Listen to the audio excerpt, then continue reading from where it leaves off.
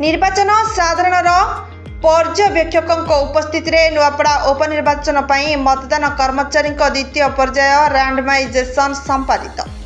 नुआपड़ा उपनिर्वाचन पर पोलिंग अधिकारी एवं कर्मचारी द्वितीय पर्याय रैंडमाइजेशन एनआईसी कार्यालय निर्वाचन साधारण पर्यवेक्षक श्री प्रकाश बिंदु एवं जिला निर्वाचन अधिकारी तथा कलेक्टर मधुसूदन दास उपस्थित संपन्न हो जाइए। आज बैठक रे एडीएम सुभाष चंद्र रहित, एडीएम प्रफुल्ल कुजुर, रिटर्निंग अधिकारी सुरमी सोरेन, डेप्यूटी कलेक्टर शेख नसीम प्रमुख उपस्थित थिले।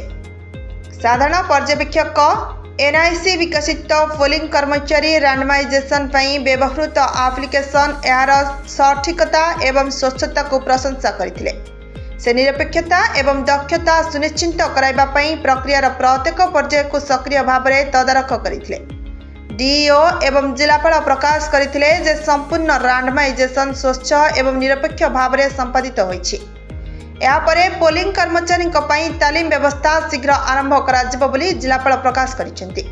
एही कार्यक्रम निर्वाचन परिचालन रे आईटी आधारित समस्या समाधान समन्वय रे आउ एक माइल खुंट भाव में चिन्हित होईछि।